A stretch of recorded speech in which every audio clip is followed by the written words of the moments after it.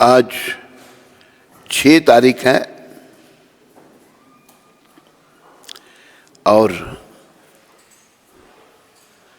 रविवार।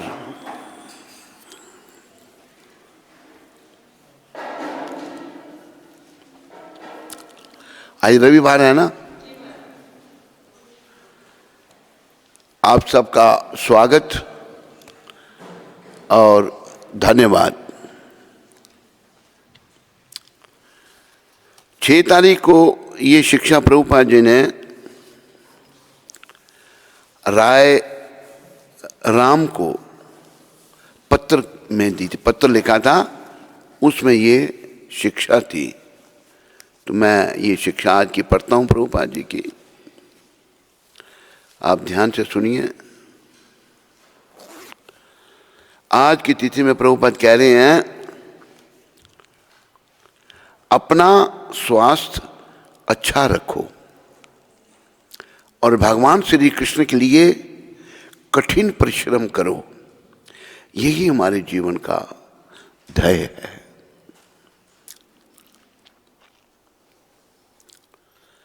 तो गुरुदेव कह रहे हैं कि स्वास्थ्य को अच्छा रखना है, क्योंकि a sound mind in a sound body. स्वास्थ्य अच्छा रखने से क्या होगा कि हम भगवान की अच्छी तरह सेवा कर सकेंगे। प्रभुपाद कहते हैं श्री कृष्ण के लिए कठिन परिश्रम करो। प्रभुपाद कृपा से हम कुछ शब्द आपको कहेंगे। इस संसार में हमको कुछ नहीं करना,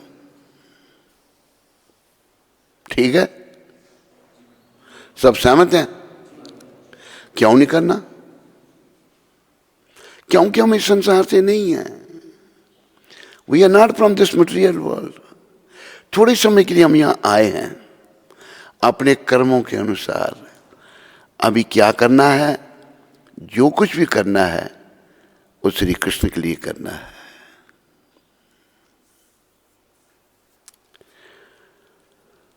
जय गौर सेई कृष्ण सेई जगन्नाथ। वासुदेव घोष बोले करी जोड़ा हाथ, जय गौर सेई कृष्ण सेई जगन्नाथ। तो भगवान के लिए सब कुछ करना है। श्लोक निकालो। यत् करोषि यद अश्नासि यद जुहोषि ददासि यत् तपस्यासि कौन्तेय तद कुरुषम मद अर्पणम। हे कुंती पुत्र, तो जो कुछ भी करता है मुझे अर्पण कर, मेरे लिए कर। ऐसा क्यों कह रहे हैं भगवान? श्री कृष्ण क्यों कह रहे हैं ऐसा? इसलिए कह रहे हैं कि हम सब उन्हीं के हैं। आज हम उनसे अलग हो चुके हैं। कारण हम भगवान से अलग होकर सुख भोगना चाहते थे। We wanted to enjoy independent of Krishna. कई बार बताया है कि भगवान से विमुख होकर हम सुखी नहीं हो सकते। तो ये संदेश है भगवत गीता का, प्रभुपाद जी ने जो दिया है संदेश है, यत् करोषि यदश्नासि यत् जुहोषि ददासि यत् तपस्यासि कौन्तेय तत् कुरुषम मद अर्पणम। हे कुंती पुत्र, तुम जो कुछ करते हो, जो कुछ खाते हो, जो कुछ अर्पित करते हो या दान देते हो और जो भी तपस्या करते हो उसे मुझे अर्पित करते हुए करो। क्लियर? क्लियर सबके लिए? अरे प्रभुपाद क्या समझा रहे हैं? इस प्रकार यह प्रत्येक व्यक्ति का कर्तव्य है कि अपने जीवन को इस प्रकार ढाले,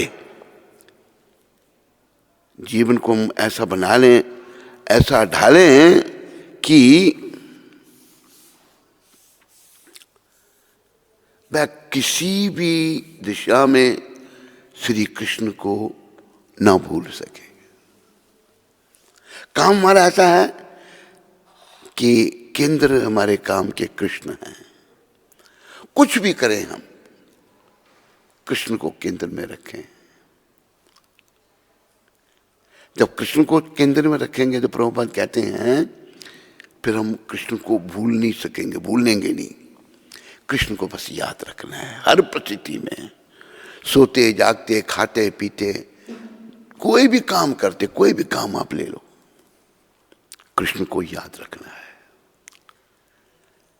प्रत्येक व्यक्ति को अपने जीवन निर्वाह के लिए कर्म करना पड़ता है, जीवन के लिए कर्म करना पड़ता है। तो फिर आगे क्या करें गुरुदेव?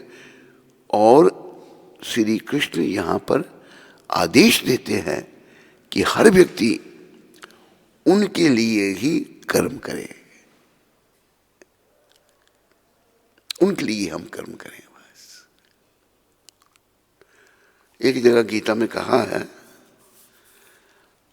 देखो श्लोक निकालो, यज्ञार्थ कर्मणो अन्यत्र कर्मो वंदना यज्ञ वे विष्णु। यज्ञ मीन्स विष्णु, कृष्ण। जो कर्म कृष्ण के लिए किया जाएगा वही कर्म सही है, बाकी कर्म हम सबको बंधन में डाल देंगे। हम बंधन में पड़ जाएंगे, जन्म मरण के चक्कर में पड़ जाएंगे। तो हमें जन्म मरण के चक्कर से छूटना है, जन्म मरण के चक्कर को बढ़ाना नहीं है, इसको खत्म करना है। तो प्रभुपाद जी जैसे महान वैष्णवों की कृपा से और कली पावना अवतार भगवान गौर निताय पंच तत्व की कृपा से हम लोग कर्म के बंधन से छूट सकते हैं और अपने घर को वापस जा सकते हैं। ये जो संसार का घर है ना, ये हमारा घर नहीं है, ये थोड़ी समय है।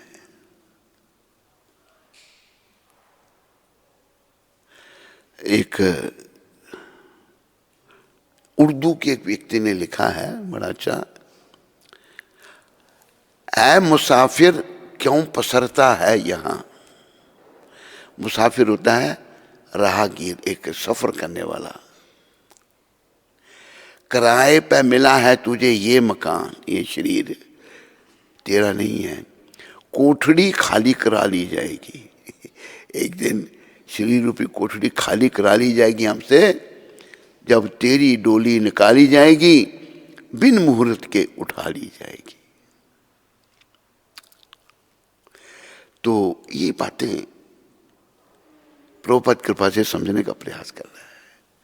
हम दुनिया में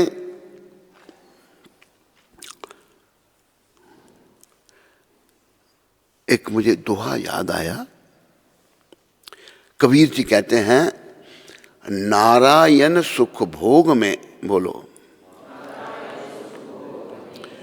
तू लंपट दिन रहन, अंत समय आयो निकट, देख खोल के नैन। तू प्राणी सुख भोग में तो दिन रात लगा हुआ है और अंतिम समय तेरा निकट आ गया, तुम्हें ध्यान ही नहीं है। आंखें खोल के तो देख, अंत समय निकट आ। ये चेतावनी उनके लिए है जिनका भी अंत समय नहीं आया है, जिनका आ गया है उनके बारे में बताया जा रहा है। तो अंत समय हमारा निकट आ रहा है, सभी का आ रहा है। उर्दू के एक शायर ने कहा, बोलो, सुबह होती है शाम होती है, उम्र यूं ही तमाम होती है। सुबह शाम में उम्र समाप्त हो जाती है और एक दिन मृत्यु हमारे द्वार पर आके खड़ी हो जाती है, लेकिन हम उसकी कोई तैयारी नहीं कर रहे। उसकी तैयारी क्या है? श्री कृष्ण की शरण। श्री कृष्ण शरणं मम, श्री कृष्ण शरणं मम, श्री कृष्ण शरणं मम, श्री कृष्ण शरणं मम, श्री।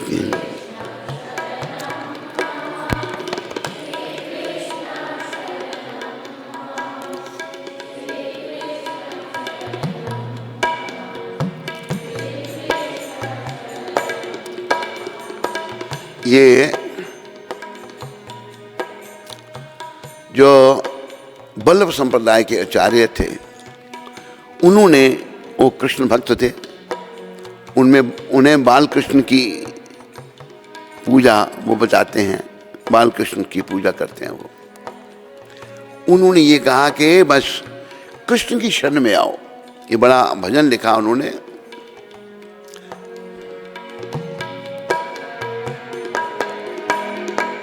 श्री कृष्ण शरणं मम, श्री कृष्ण शरणं मम, श्री कृष्ण शरणं मम, श्री कृष्ण शरणं मम।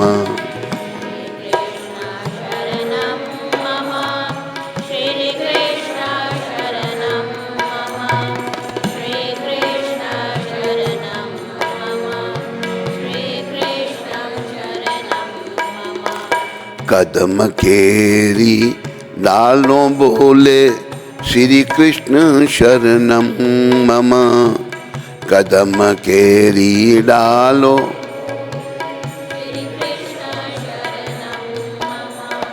ये गुजराती भाषा में है, पर हम सब समझ सकते हैं। यमुना केरी पालों बोले, श्री कृष्ण शरणं मम।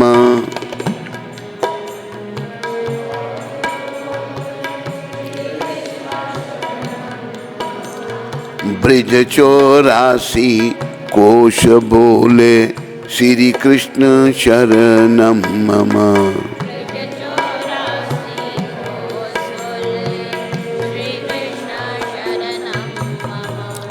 कुंड कुंडनी सीढ़ियों बोले, श्री कृष्ण शरणं मम।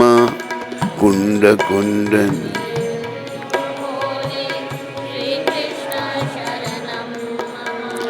कमल कमल पर मधुकर बोले, श्री कृष्ण शरणं मम।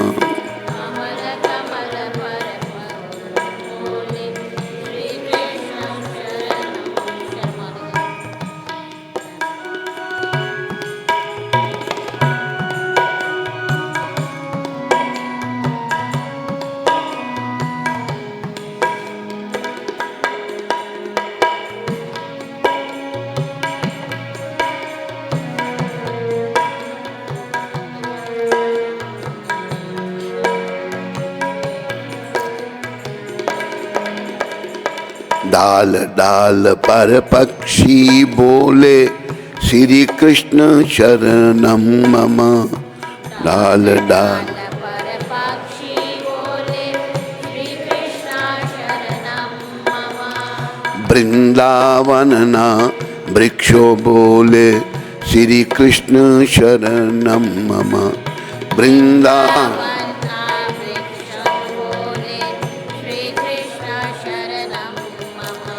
गोकुलनी गायों बोले, श्री कृष्ण शरणं मम।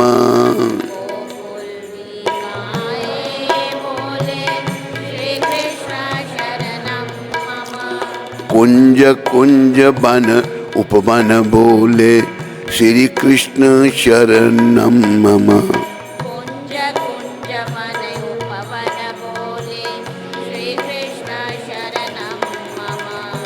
ब्रिज भूमि ना ब्रिज कन बोले, श्री कृष्ण शरणं मम।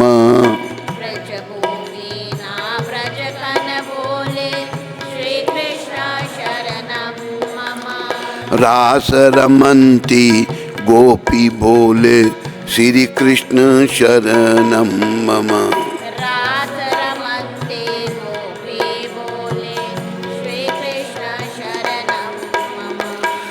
धेनु चरावत गोप बोले श्री कृष्ण शरणम मम। धेनु चरावत गोपी बोले श्री कृष्ण।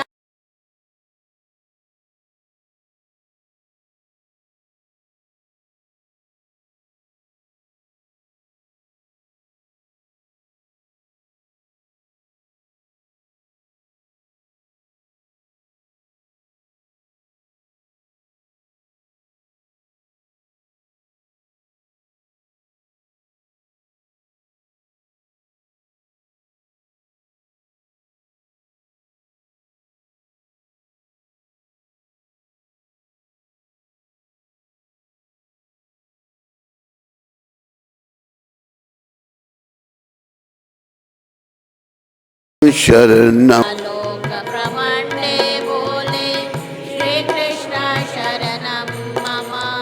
चंद्र सरोवर चौक बोले श्री कृष्ण शरणम मम। चंद्र सरोवर चौके बोले श्री कृष्ण शरणम मम।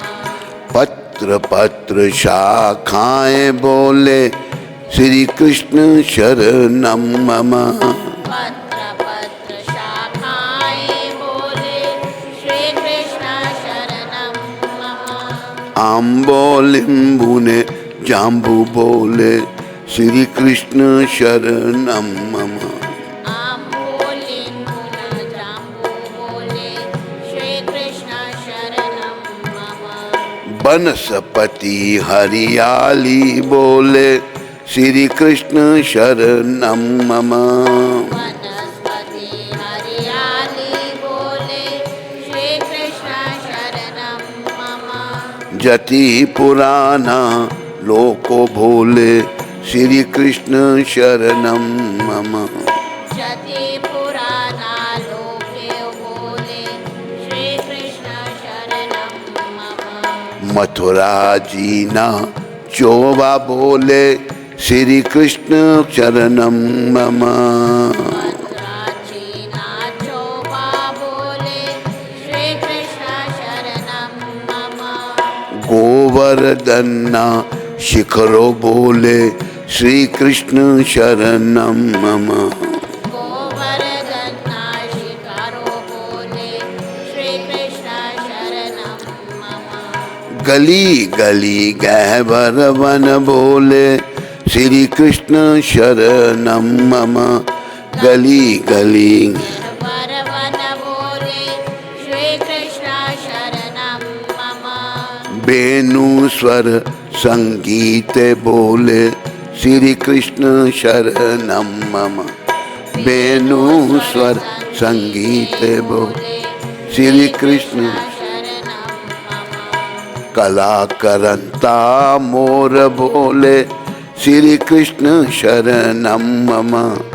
कला करंता मोर बोले श्री कृष्ण शरणम मम। पुलीन कंदरा मधुबन बोले श्री कृष्ण शरणम मम। बोले नकंदा मंत्र बोले श्री कृष्ण शरणम मम। श्री यमुना जीनी लहरों बोले श्री कृष्ण शरणम मम। श्री यमुना जी नेहर बोले श्री कृष्ण शरणम मम। आंबा डाले कोयल बोले श्री कृष्ण शरणम मम। अम्बा डाले कोयल बोले श्री कृष्ण शरणम मम। तुलसी जीना क्यारा बोले श्री कृष्ण शरणम मम। तुलसी जीना बोले श्री कृष्ण शरणम मम। सर्व जगत मां व्यापक बोले श्री कृष्ण शरणम मम। सर्व जगत मन व्यापक बोले श्री कृष्ण शरणम मम। जिहि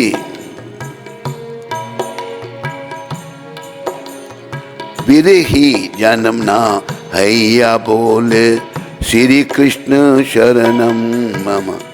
वीर ही जननाया। बोले श्री कृष्ण शरणं मम। कृष्ण वियोग आतुर बोले श्री कृष्ण शरणं मम।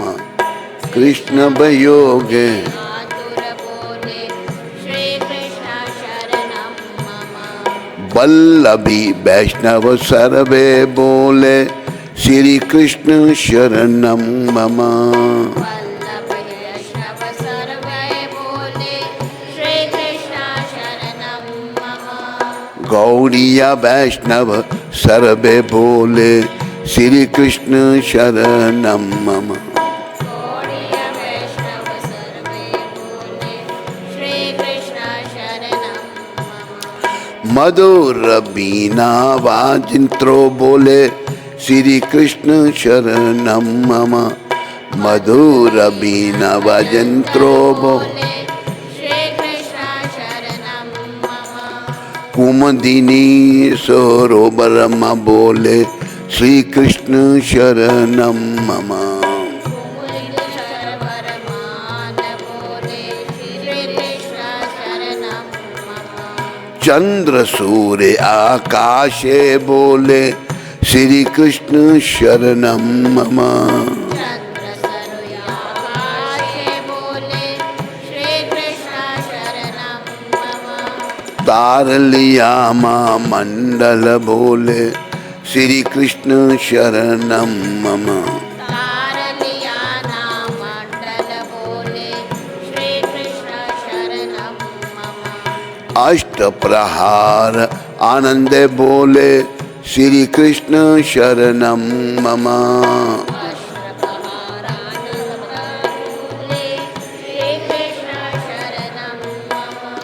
रोम रोम व्याकुल ते बोले श्री कृष्ण शरणं मम। रोम रोम व्याकुल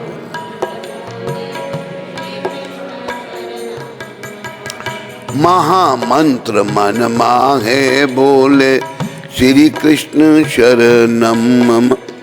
महामंत्र मन माही बोले श्री कृष्ण शरणं मम। युगल चरण अनुरागे बोले श्री कृष्ण शरणं मम। जुगल चरण अनुरागे बोले श्री कृष्ण शरणं मम। श्री कृष्ण शरणं मम। श्री कृष्ण शरणं मम। श्री कृष्ण मम श्री कृष्ण शरणं मम। श्री कृष्ण शरणं मम। श्री कृष्ण शरणं मम। श्री कृष्ण शरणं मम। श्री कृष्ण शरणं मम। तो इस भजन में चारों ओर से यही आवाज आ रही, कृष्ण की शरण, श्री कृष्ण शरणम मम। श्री कृष्ण शरणम मम। यही जीवन का उद्देश्य है और कोई उद्देश्य नहीं है। तो ये मनुष्य जन्म बड़ा दुर्लभ है, ये मिला है श्री कृष्ण की शरण में होने के लिए, श्री कृष्ण के हाथों में अपने जीवन की डोरी सौंपने के लिए। तो भगवान कहते हैं तो जो कुछ करो मेरे लिए करो, अपने लिए कुछ मत करो। अगर मेरे लिए करोगे तो मुक्त हो जाओगे, अपने लिए करोगे तो बंधन में पड़े रहोगे।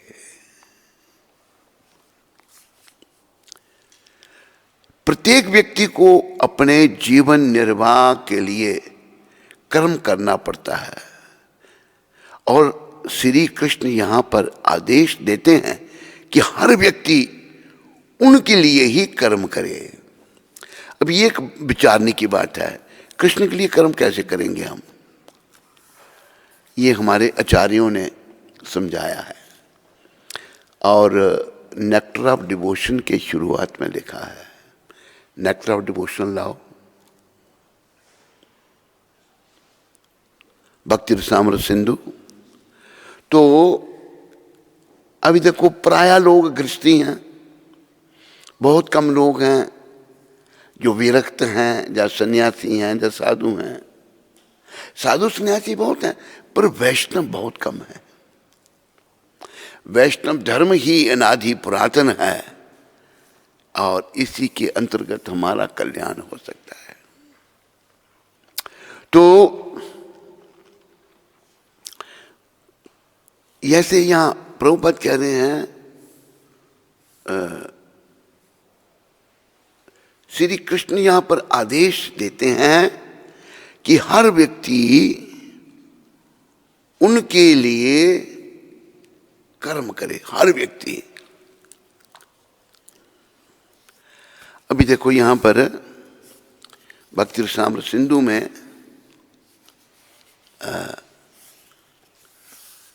श्रील रूप गोस्वामी प्रभुपाद ने जिसकी रचना की है,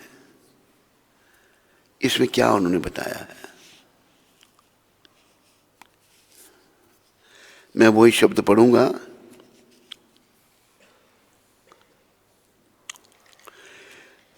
श्री चैतन्य महाप्रभु की भेंट दबीर खास तथा साकर मलिक नामक दोनों भाइयों से मालदा जिले के रामकेली गांव में हुई थी। इसी भेंट के बाद दोनों भाइयों ने राजकीय नौकरी से अवकाश प्राप्त करके श्री चैतन्य महाप्रभु के साथ हो लेने का निश्चय किया। देखो महाप्रभु स्वयं कृष्ण हैं। जब मालदा का जो जिला था, मालदा जिले के रामकेली गांव में शिला रूप शिला सनातन से भेंट हुई महाप्रभु की। शिला रूप जो थे वे फाइनेंस मिनिस्टर थे, शिला सनातन प्राइम मिनिस्टर। नवाब की सरकार को यही चलाते थे, नवाब हुसैन शाह की। बड़े बुद्धिजीवी थे, लेकिन उन्होंने विचार कर लिया कि जीवन तो व्यर्थ है। इतने बड़े पद, प्राइम मिनिस्टर का पद और फाइनेंस मिनिस्टर का पद छोड़ दिया।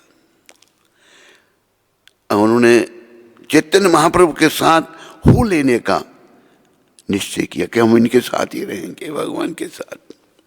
नौकरी से अवकाश प्राप्त करके श्री चैतन्य महाप्रभु के साथ हो लेने का निश्चय किया था। दबीर खास ही बाद में रूप गोस्वामी बने। उन्होंने अपने पद से अवकाश प्राप्त कर लिया और अपनी नौकरी के दौरान जितना धन संग्रह किया था उसे वे अपने साथ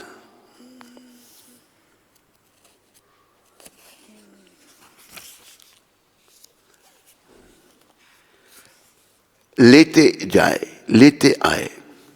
श्री चैतन्य चरितामृत में बतलाया गया है कि यह धन लाखों अशरफियों, मतलब मोरें, गोल्ड कॉइन्स, अशरफियाँ सोने की मोरें, अशरफियों के रूप में था और लाखों डॉलर के बराबर था। और इससे एक बड़ी नाव भर गई, एक नौका भर गई पूरी, इतनी गोल्ड कॉइन्स थे, क्योंकि बड़े बड़े पद थे उनके। उन्होंने इस धन का आदर्श तौर पर विभाजन किया। ये मैं इसलिए पढ़ रहा हूं कि कृष्ण के लिए हम आम लोग क्या कैसे कर सकते हैं। आम लोग गृहस्थी हैं, परिवार है, उनके लिए ये शिक्षा है। विभाजन किया जिसका अनुसरण विशेष रूप से भक्तों को तथा सामान्य रूप से प्रत्येक मानव को करना चाहिए। भक्तों को तो इसका आचरण करना ही चाहिए जो भगवत प्राप्ति करना चाहते हैं, और जो आम तौर पर भी सबको ऐसा करना चाहिए। उन्होंने अपने धन का 50% कृष्ण भावनामृत व्यक्तियों अर्थात ब्राह्मणों तथा वैष्णव में 50% धन जो था वो भगवान की सेवा में, ब्राह्मणों में और वैष्णवों में लगा दिया। और 25%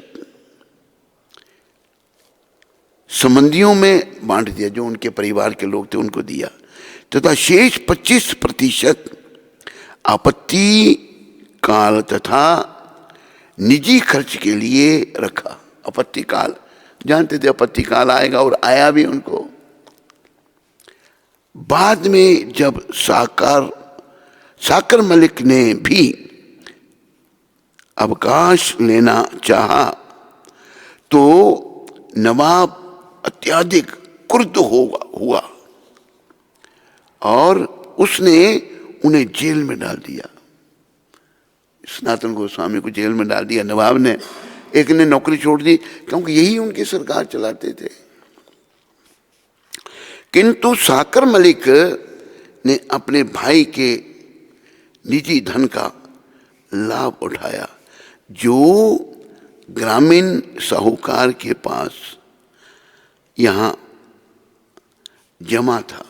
ग्रामीण साहूकार, पहले बैंक तो होते नहीं थे, साहूकार के पास जमा था। और इस तरह वे हुसैन शाह को जेल से बच निकले। बाद में वह श्रील सनातन गोस्वामी के नाम से प्रसिद्ध हुए। इस प्रकार दोनों भाई श्री चैतन्य महाप्रभु के परिकर बन गए। देखो ये महान परिकर हैं, इतना बड़ा त्याग इनका। हम छोटा सा कुछ नहीं त्याग सकते, तो उन्होंने भगवान के लिए कुछ भी पास नहीं रखा, सब त्याग दिया। और जो 25% रखा था इमरजेंसी के लिए, श्रील सनातन गोस्वामी को जेल में डाल दिया, वो भी काम छोड़ दिया उन्होंने, प्राइम मिनिस्ट्री छोड़ दी। देखो कितना त्याग है, विचार करो। त्याग से भगवत प्राप्ति। त्याग दिया जब, तो बोला मैं नहीं अभी काम पर आ सकता, अब किसी और को रख लीजिए। नवाब ने जेल में डाल दिया उनको।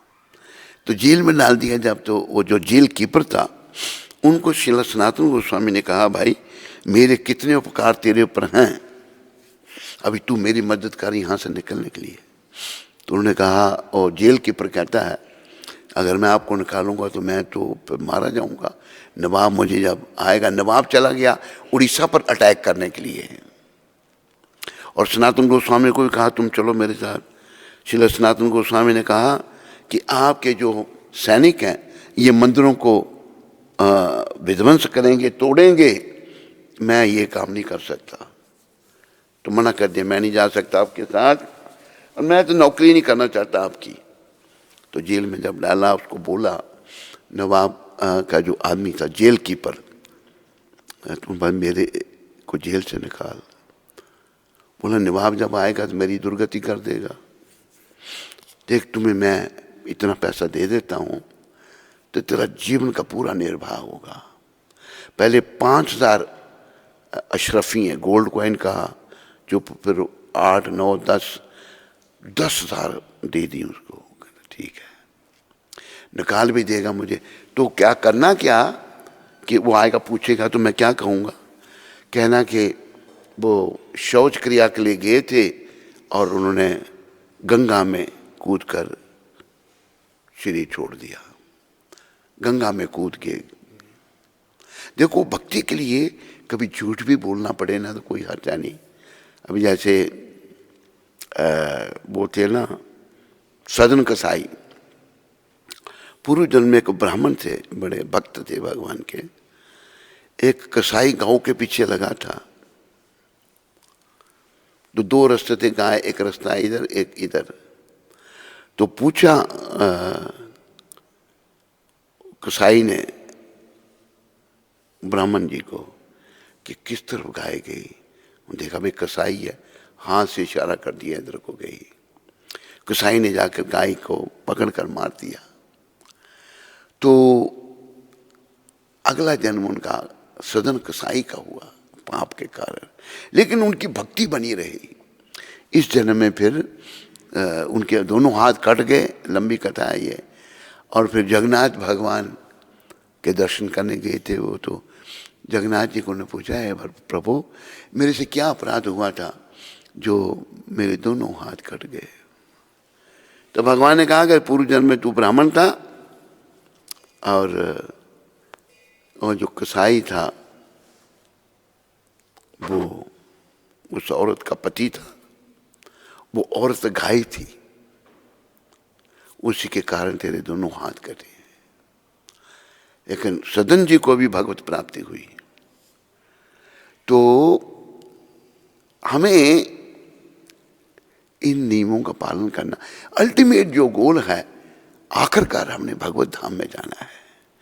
इस संसार में भाई नहीं रहना, इसमें रह नहीं सकते। हम सब रहने का प्रयास करते हैं, अज्ञानतावश मन मलिन होने के कारण काम, क्रोध, मोह, लोभ, अहंकार, मद, मत्सर, ईर्ष्या, दंभ, कपट, इसके कारण हम लोग इस संसार में रहना चाहते हैं, दुख रूपी संसार में रहना चाहते हैं। दूषित हो चुके हैं, मन मलिन हो चुका है। लेकिन जितना जल्दी हो सके इस संसार का परित्याग करना चाहिए। कल के प्रसंग में ये आया था, प्रभुपाद जी ने शरणागति के बारे में बड़ा सुंदर बताया था। कल के प्रसंग में, कल का ही प्रसंग था मेरे ख्याल में, प्रभुपाद ने कहा था भगवान का एक अन्य नाम अजीत है। अजीत अर्थात नहीं, और जीत का अर्थ है विजयी। तो कोई भी भगवान पर विजय प्राप्त नहीं कर सकता, वे सभी को जीत लेते हैं, किंतु भक्त जीत सकता है। भगवान सबको जीत लेते हैं, भक्त भगवान को भी जीत सकता है। यद्यपि भगवान अजीत हैं, वे जीत बन जाते हैं, अपने भक्तों द्वारा जीत लिए जाते हैं। भक्तों के द्वारा भगवान जीते जाते हैं। ये 4 तरीका प्रभुपाद जी की शिक्षा। अपना जीवन श्री कृष्ण को समर्पित कर दो, ये यहाँ कहा है प्रभुपाद ने। यही पूर्णता है, यही कंप्लीट जीवन है, चाहे कुछ दोष भी क्यों ना हो। समर्पित जीवन ही सम्माननीय जीवन है। मान लो हमारे कर्मों के अनुसार कुछ दोष हैं हम में, अगर हम भगवान के चरणों में समर्पित हो गए तो ये सम्मानित है। सम्मानित, जैसे बहुत सारे भक्त लोग यहाँ पर समर्पित हैं भगवान के प्रति। अपनी पुरानी आदतों के कारण हम कुछ दोष युक्त कार्य कर बैठे, पुरानी आदतें बनी हुई हैं, कर बैठे हैं बुराई, कुछ बुरा कर बैठे हैं, किंतु समर्पित जीवन ही सर्वश्रेष्ठ है। जिसने समर्पित कर दिया उसका जीवन सर्वश्रेष्ठ है। धीरे धीरे वो प्रगति करेगा और एक दिन भगवान उसको संभाल लेंगे। तो हमें भगवान के श्री चरण, सभी को, इसमें ब्रह्मचारी को भी, गृहस्थी को भी, वानप्रस्थी को भी, सन्यासी को भी, सबको भगवान के प्रति समर्पित करना चाहिए। अपने जीवन की डोरी श्री कृष्ण के हाथ में दे देनी चाहिए। दीना बंधु दीनानाथ, मेरी डोरी तेरे हाथ। दीन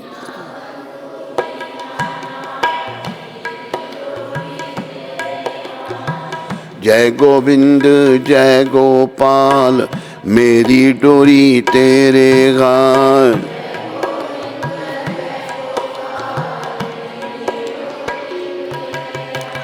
दीना बंधु दीनानाथ, मेरी डोरी तेरे हाथ। दीना बंधु दीनानाथ, मेरी डोरी तेरे हाथ। देखो,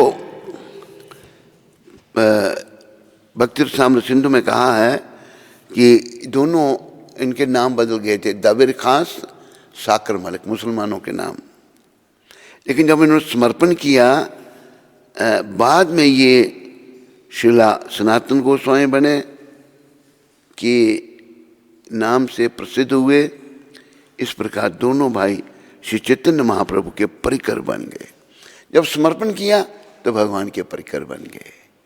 भगवान के चरणों में सब कुछ समर्पित कर दिया, तन मन धन। अगर हम किसी चीज से भी मोहग्रस्त रहे ना, तो वो मोह हमको पुनः खींच के लाएगा संसार में, और पुनः जो जन्म लेना है वो दुखदाई है। तो गृहस्थियों के लिए भाई, प्रायः गृहस्थी हैं, तो गृहस्थियों के लिए ये शिक्षा है कि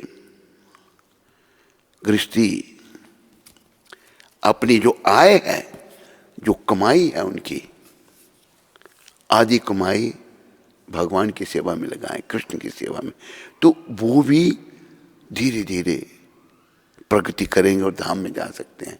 उन्होंने अगर आधी कमाई, जैसे श्रील रूप गोस्वामी ने शिक्षा दी, भगवान के लिए जब दे दी तो उन्हें इतने बड़े पद मिले, दोनों परिकर बन के गौर भगवान के।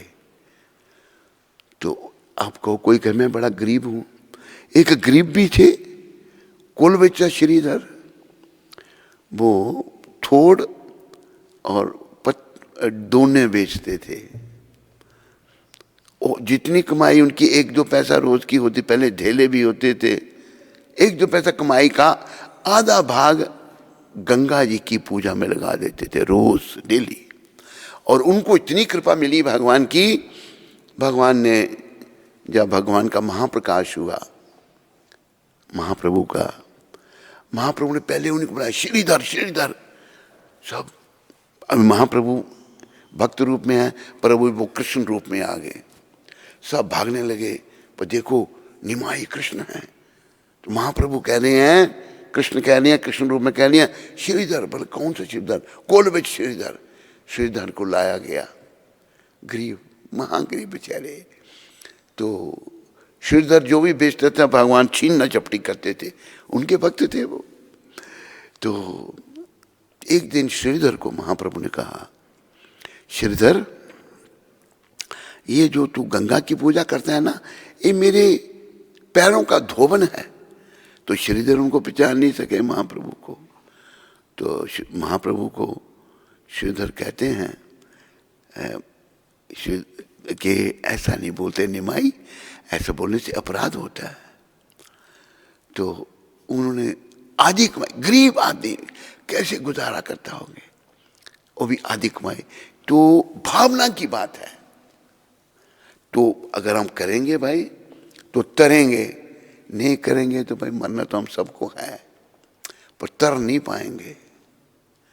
तरने के लिए श्री कृष्ण के लिए सब कुछ करना होगा, कृष्ण के लिए जीवन समर्पित करना होगा। जिस भी स्त्री पुरुष ने कृष्ण के लिए अपना जीवन समर्पित कर दिया, उसी का जीवन धन्य है। प्रभुपाद जी कल के सत्संग में यही कह रहे थे। तो एक भजन आ गया अभी बीच में, सौंपने का भगवान के चरणों में। अब सौंप दिया इस जीवन का सब भार तुम्हारे हाथों में, सब भार तुम्हारे हाथों में। अब सौंप दिया इस जीवन का सब भार तुम्हारे हाथों में, सब भार तुम्हारे हाथों में। है जीत तुम्हारे हाथों में और हार तुम्हारे हाथों में, और हार तुम्हारे हाथों में। है जीत तुम्हारे हाथों में और हार तुम्हारे हाथों में, और हार।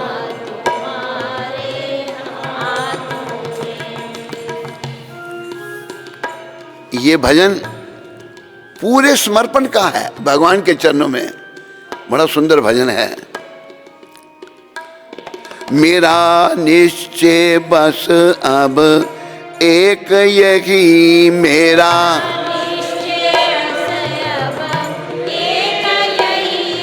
एक बार तुम्हें पा जाऊं मैं। एक बार तुझे पा जाऊं मैं।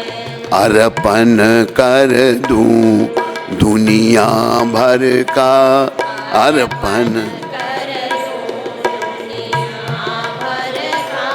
सब भार तुम्हारे हाथों में, सब भार। अब सौंप दिया इस जीवन का सब भार तुम्हारे हाथों में, सब भार तुम्हारे हाथों में।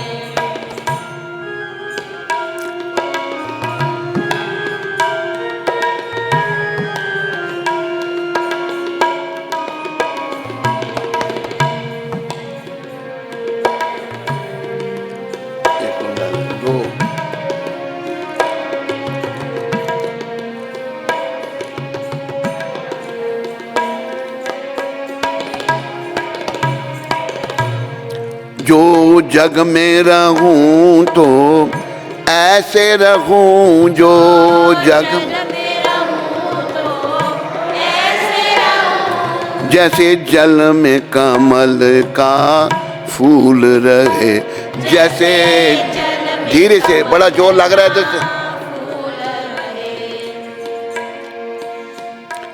मेरे गुण और दोष समर्पित हो करतार तुम्हारे हाथों में, करतार तुम्हारे हाथों।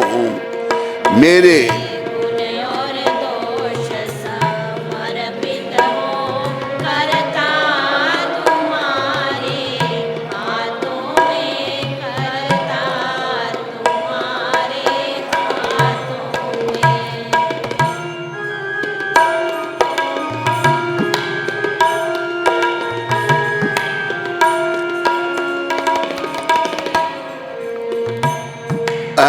जिन्होंने ये समर्पण किया है, बड़ा सुंदर भाव है। कह रहे हैं, यदि मानुष का मुझे जन्म मिले, यदि मानुष का मुझे जन्म मिले तो तब चरणों का पुजारी बनूं, तो तब चरणों का पुजारी बनूं। इस पूजक की एक एक रग का, इस पूजक की एक एक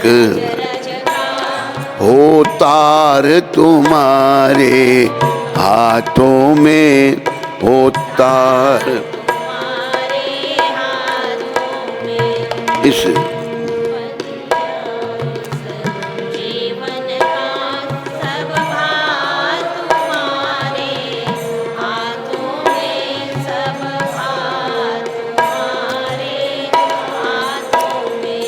आगे के शब्द बड़े विचारने योग्य हैं।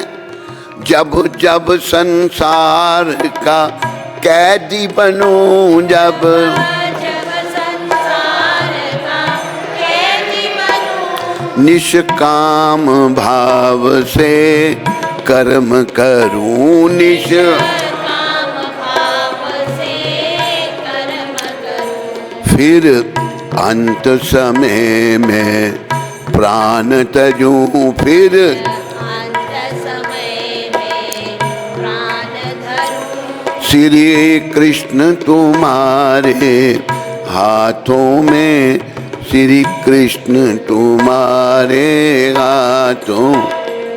अब सौंप दिया इस जीवन का सब भार तुम्हारे हाथों में, सब भार तुम्हारे हाथों में। भजन के आखिरी शब्द बड़े विचारने के हैं। क्या कह रहे हैं वो? मुझ में तुझ में बस भेद यही, मुझ में मैं नर हूँ तुम नारायण हो।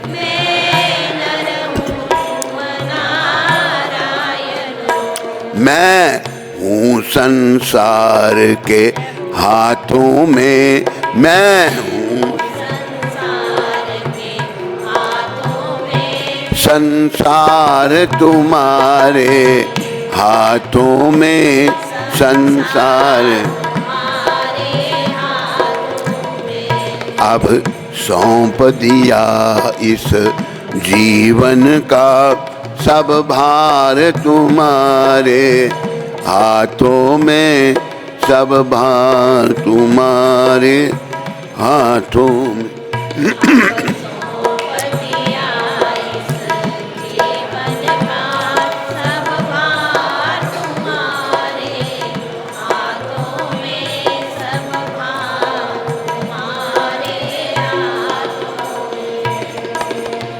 समर्पण के बारे में प्रभुपाद जी बता रहे हैं, समर्पण कैसा होना चाहिए।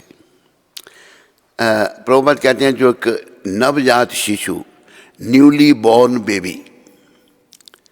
बेबी जो है कुछ नहीं कर सकती, टोटली डिपेंडेंट है अपनी मां पर।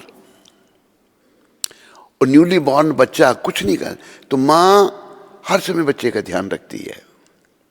अगर वो किचन में भी है ध्यान बच्चे में है, मेरे बच्चे को भूख तो नहीं लगी, कहीं उसने टट्टी पेशाब तो नहीं कर दिया, उसको मक्खियाँ तो नहीं काट रही, कुछ भी कहीं भी मां रहेगी उस बच्चे में उसका ध्यान रहेगा। ऐसे हमने बनना है। तो जब बच्चे की तरह हम रहेंगे तो भगवान मां की तरह हमारा ध्यान रखेंगे।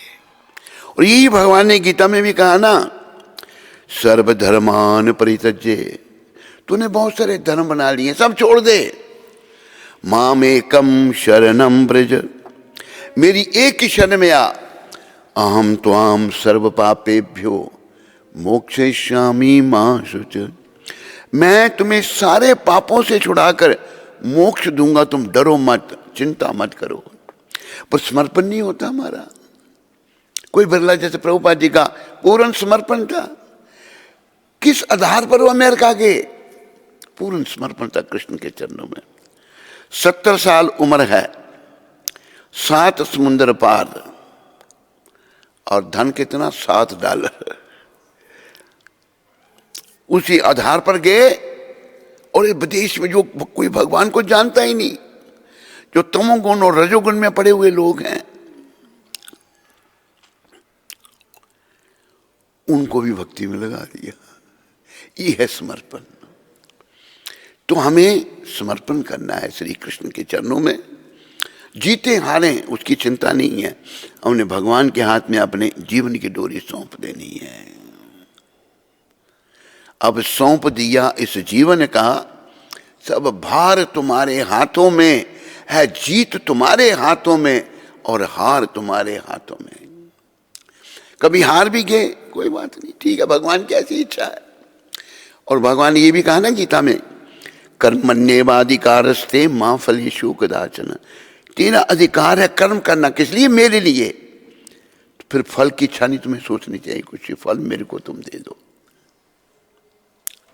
मां फलेषु कदाचन, तो मेरा निश्चय अब बस ये, मेरा निश्चय बस अब ये एक यही कि इस बार एक बार तुम्हें पा जाऊं, मैं आपको पालूं प्रभु मैं, और अर्पण कर दूं दुनिया भर का सब भार तुम्हारे हाथों, आपके हाथ में सब कुछ सौंप दूं।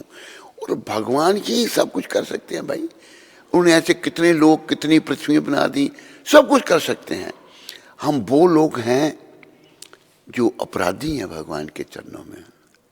हम अपनी गुत्थी खुद सुलझाना चाहते थे, हम भगवान से अलग हो गए इसी कारण, और इस मृत्यु लोक में आ गिरे, मृत्यु संसार सागरात। फिर वो कह रहे हैं समर्पण करने वाले, जो जग में रहूं तो ऐसे रहूं जैसे जल में कमल का फूल रहे। कमल का फूल जल में रहता है पर पानी का स्पर्श नहीं होता उसको। कमल के पत्ते पर पानी की बूंद पड़ेगी, कोई पत्ते पर कोई असर नहीं उसका, कमल के फूल पर भी कोई असर नहीं। मेरे गुण और दोष समर्पित हों, करतार तुम्हारे हाथों में। दोष तो मेरे में बहुत हैं, अगर कोई थोड़ा बहुत गुण है सब आपको मैं सौंपता हूं प्रभु। मेरे गुण दोष आपके चरणों में समर्पित हैं, अब सौंप दिया इस जीवन का। फिर यदि मानुष का मुझे जन्म मिले, अगर मुझे आपने मनुष्य का ही जन्म देना है तो मैं आपके चरणों का पुजारी बनूं, आपकी पूजा करूं, और इस पूजक की एक एक रग का हो तार तुम्हारे हाथों में। मेरी एक एक रग का तार आपके हाथ में हो, मेरे हाथ में कुछ ना हो। फिर जब जब संसार का कैदी बनूं, निष्काम भाव से कर्म करूं। देखो निष्काम भाव बड़ा आवश्यक है। सकाम भाव से कर्म करने से पुनः जन्म लेना पड़ेगा।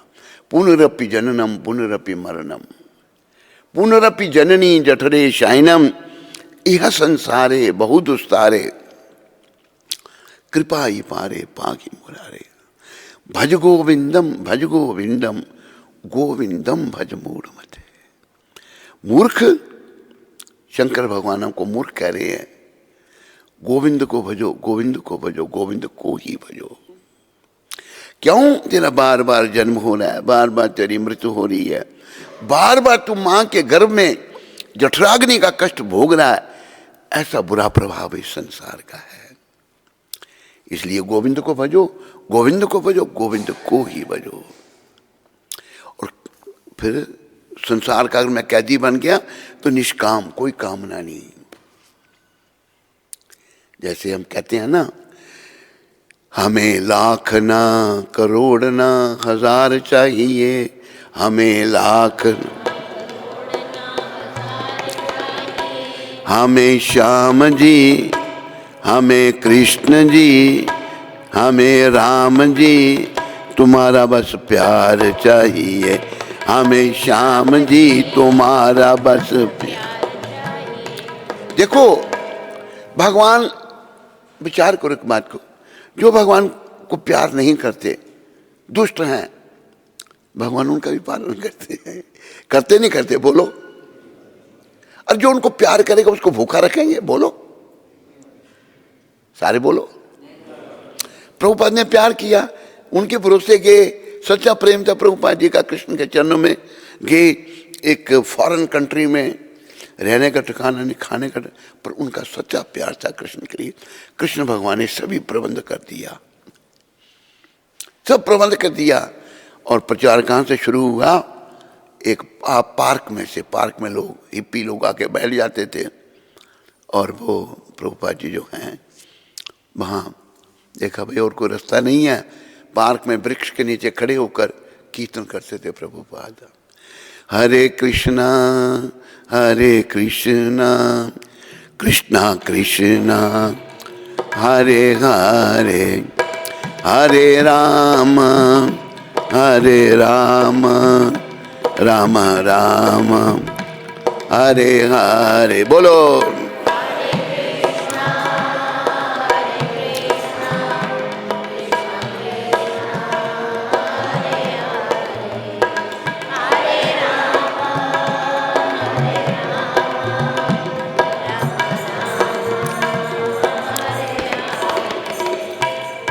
प्रभुपाद जी का प्यार था और निष्काम भक्ति थी उनकी।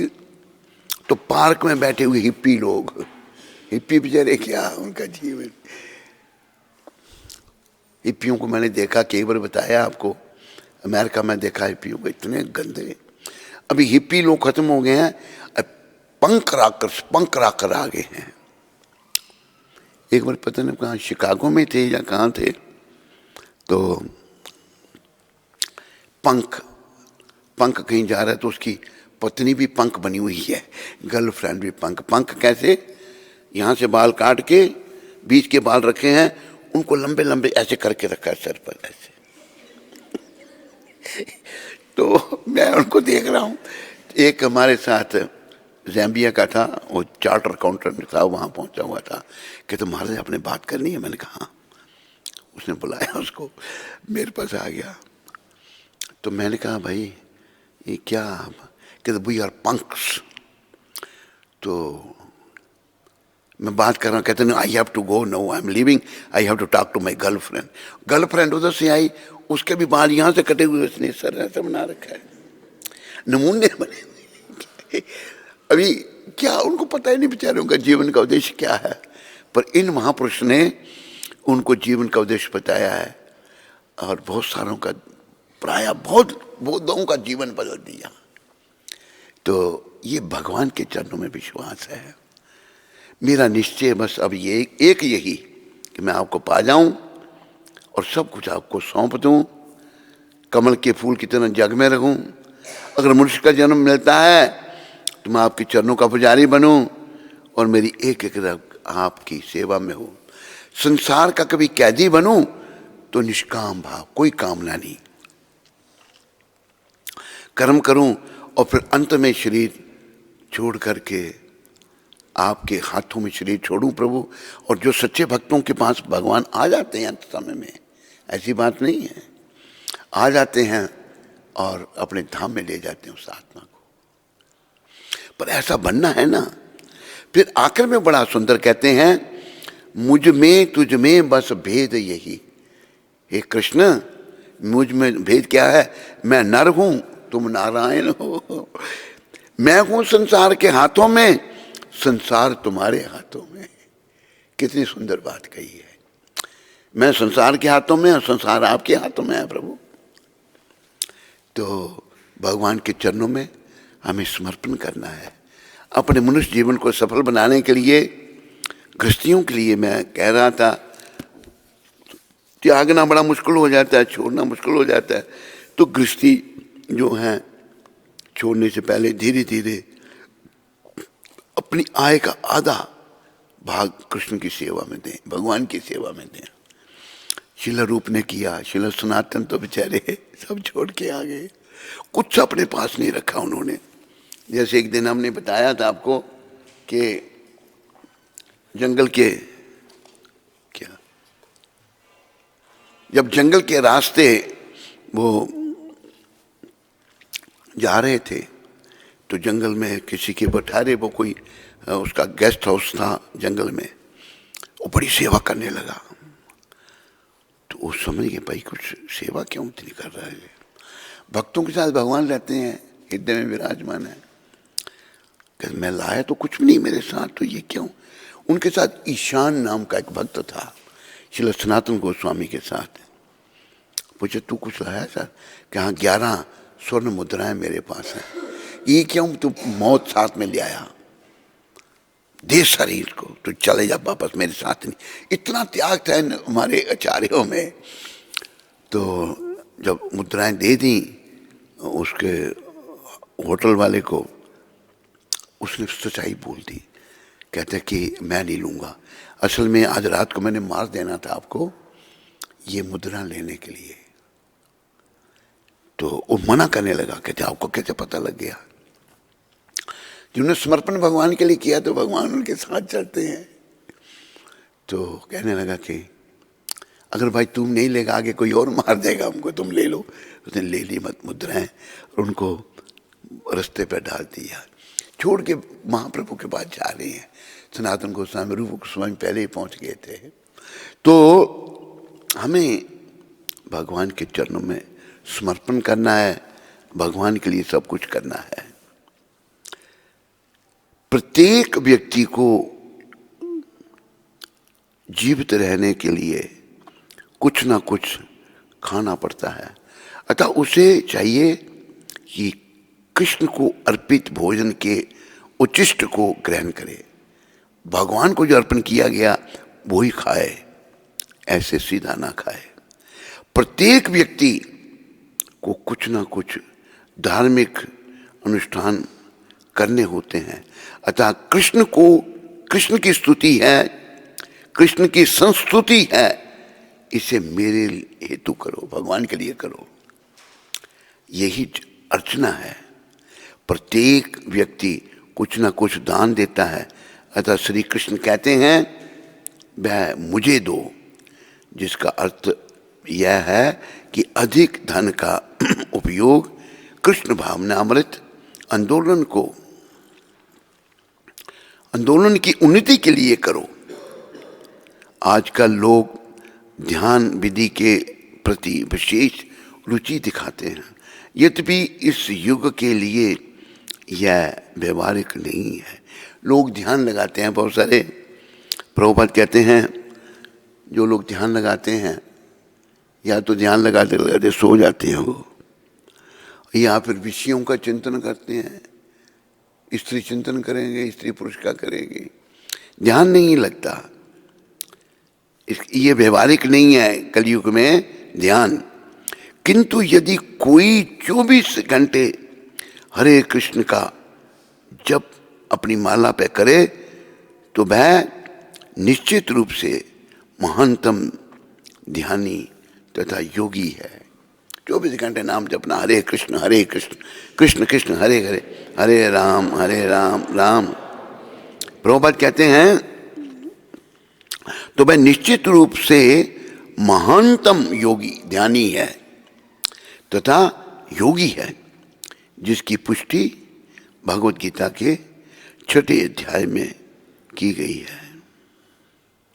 भगवान ने भी इसकी पुष्टि की है। तो हमें जीवन सफल करना है भाई, ये संदेश है भगवान का, यही संदेश है भगवान के शुद्ध भक्त का। तो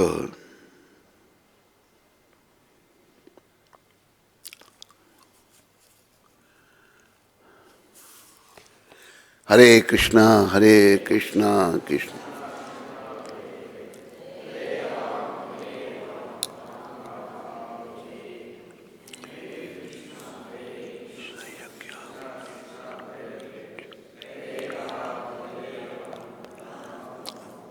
ये श्लोक कर्म योग में 3 अध्याय में भगवान ने बताया है। यज्ञात कर्मणो अन्यत लोकोयम कर्म बंधना तदर्थम कर्म कौन्तेय मुक्त संगा समाचरा। श्री विष्णु के लिए यज्ञ रूप में कर्म करना चाहिए, अन्यथा कर्म के द्वारा इस भौतिक जगत में बंधन उत्पन्न होता है। अब भगवान के लिए कर्म करेंगे तो बंधन नहीं होगा, नहीं तो बंधन उत्पन्न होगा। अतः हे कुंती पुत्र, उनकी प्रसन्नता के लिए अपने नियत कर्म करो, इस तरह तुम बंधन से सदा मुक्त रहोगे। प्रभुपाद जी क्या कह रहे हैं? चूंकि मनुष्य को शरीर के निर्वाह के लिए भी कर्म करना होता है, अतः विशिष्ट सामाजिक स्थिति तथा गुण को ध्यान में रखकर नियत कर्म इस तरह बनाए गए हैं कि उस उद्देश्य की पूर्ति हो सके। यज्ञ का अर्थ भगवान विष्णु हैं। सारे यज्ञ भगवान विष्णु की प्रसन्नता के लिए हैं। वेदों का आदेश है यज्ञो वै विष्णु। दूसरे शब्दों में, चाहे कोई निर्दिष्ट यज्ञ संपन्न करे या प्रत्यक्ष रूप से भगवान विष्णु की सेवा करे, दोनों से एक ही प्रयोजन सिद्ध होता है। अतः जैसा कि इस श्लोक में संस्तुत किया गया है, कृष्ण भावनामृत यज्ञ ही है। वर्णाश्रम धर्म का भी रहस्य उद्देश्य भगवान विष्णु को प्रसन्न करना है। वर्णाश्रम चार्वता पुरुषेन परापुमान विष्णु आराध्य थे, विष्णु पुराण में ये है। अतः भगवान विष्णु की प्रसन्नता के लिए कर्म करना चाहिए। इस जगत में किया जाने वाला कर्म अन्य कोई कर्म बंधन का कारण होगा, क्योंकि अच्छे तथा बुरे कर्मों के फल होते हैं और कोई भी फल कर्म करने वाले को बांध लेता है। कोई भी फल कर्म करने वाले को बांध लेता है। अतः कृष्ण विष्णु को प्रसन्न करने के लिए कृष्ण भावना भावित होना होगा। और जब कोई ऐसा कर्म करता है तो वह मुक्त दिशा को प्राप्त होता है। भगवान के लिए जो करता है मुक्त दिशा को प्राप्त होता है।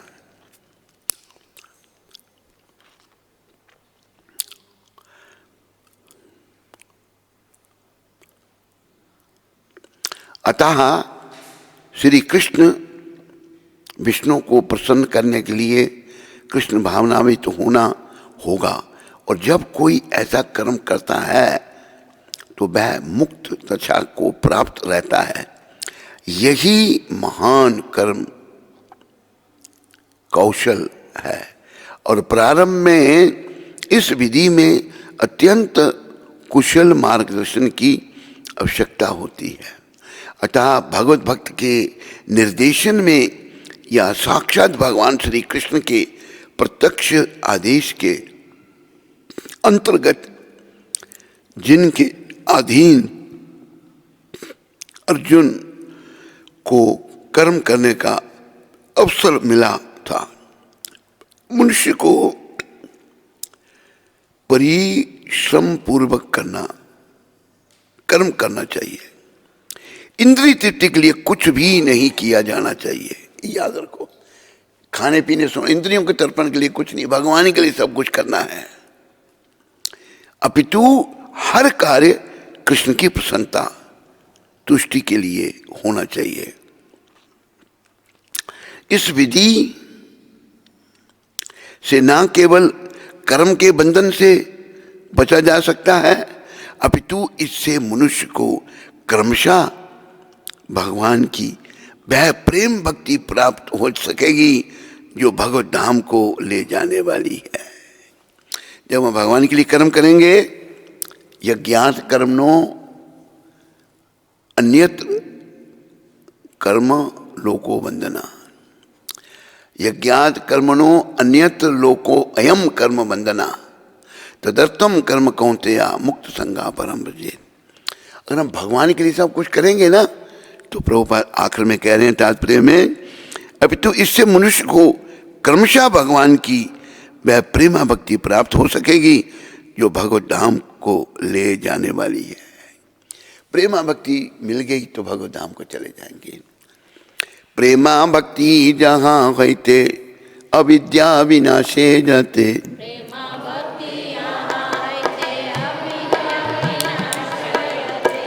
वेदे गाए जहाँ रचरितो,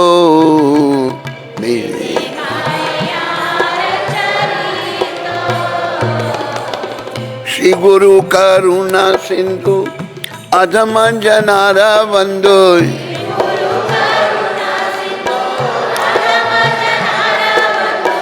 लोके नाथ लोके राजीवाना,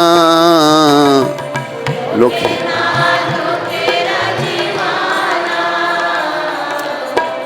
आहा प्रभु कर दया देखो मोरे पद छया,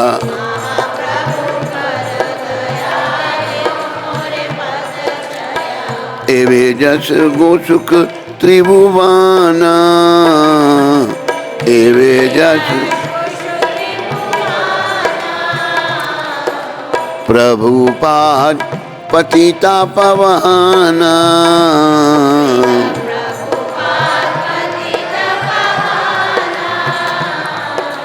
ए अधम ले लो शरणा,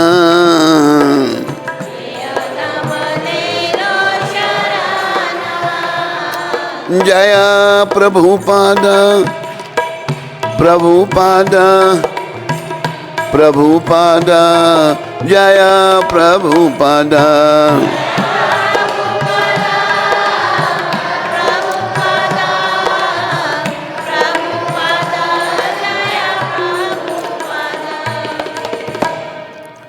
तो आज की शिक्षा प्रभुपाद जी की ये है, अपना स्वास्थ्य अच्छा रखो। अच्छा स्वास्थ्य याद रखो, ज़्यादा खाने से स्वास्थ्य अच्छा नहीं होगा। प्रभुपाद देखो इतने उच्च कोटि के वैष्णव मुझे शिक्षा देने के लिए उन्होंने एक दिन कहते हैं, कुछ नहीं कहा, क्या कह रहे हैं, जीव लोभ जीव लोभ। मैंने कहा प्रभुपाद आपको क्या जीव लोभ है? हम पेट जब खराब होता है इसका मतलब ज़्यादा खा लिया और कुछ नहीं, याद रखो। पहले भी समझाया ये बात, repetition is the mother of learning. किसी बात को दोहराएंगे तो सीखेंगे।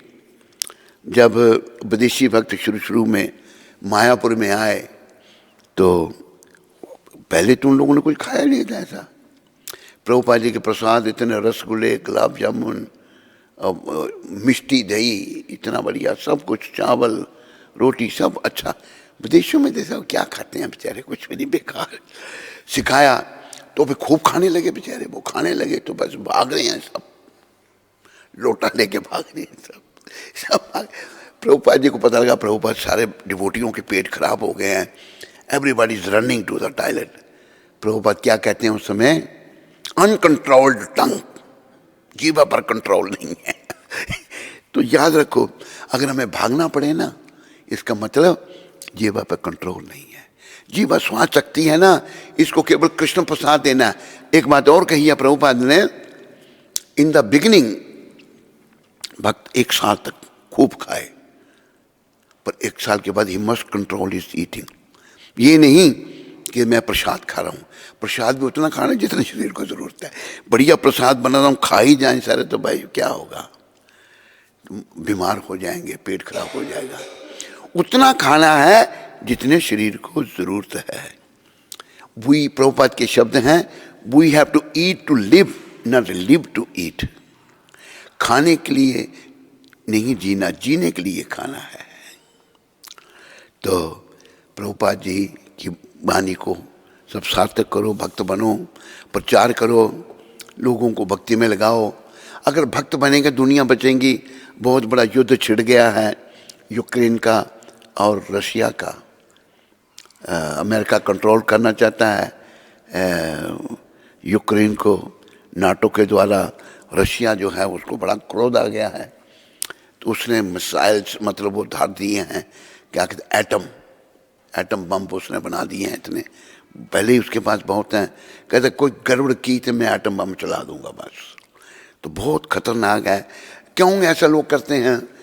सब ये कृष्ण भावना की कमी के कारण, कृष्ण भावनाहीन होने से लोग जो है ना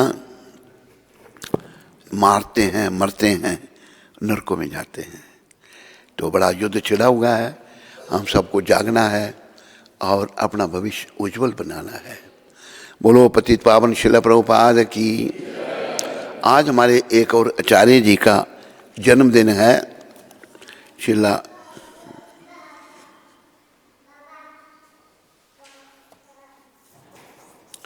जन्मदिन है शिला पुरुषोत्तम ठाकुर जी महाराज का। तो हरि बोल संजय।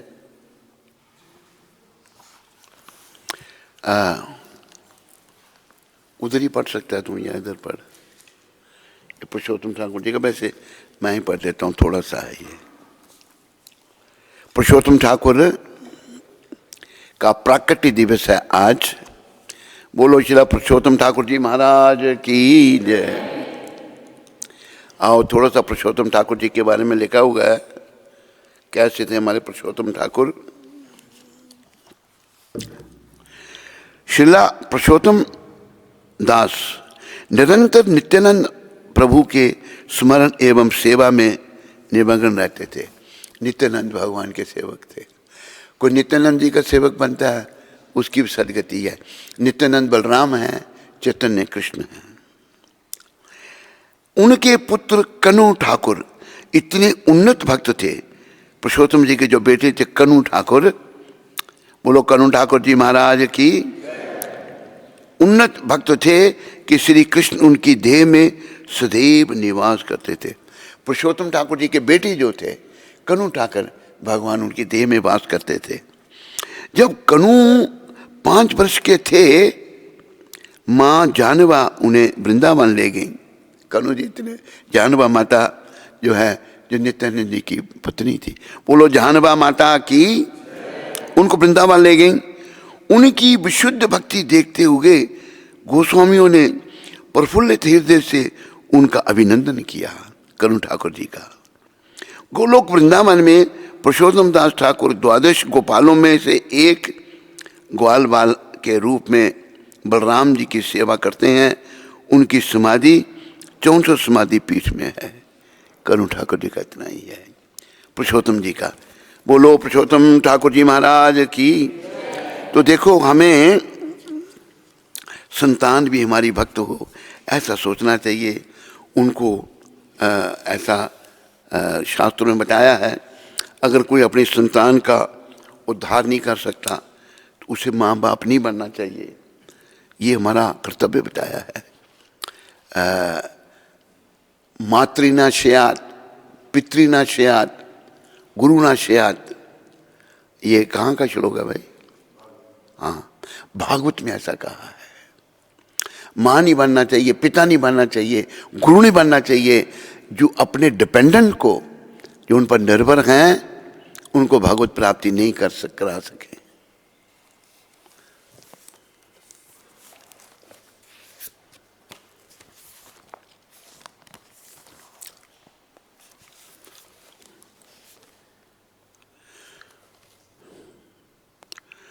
गुरु ना सा सयात स्वजनो ना सा सयात पिता ना सा स्वजननी ना सा सयात देवम ना तत्सयानन पतिश्च सा स्वयज्ञ मोच विद्या सनुपेत मृत्युयम। ये भगवान ऋषभदेव अपने 100 पुत्रों को उपदेश दे रहे हैं। जो अपने आश्रित को बारंबार होने वाले जन्म मृत्यु के पथ से ऊपर उभार ना सके, उसे कभी भी गुरु, पिता, पति, माता या आराध्य देव नहीं बनना चाहिए। तो ये है शास्त्र का कहना। ये कहा है भागवत महापुराण के 5वें स्कंद में।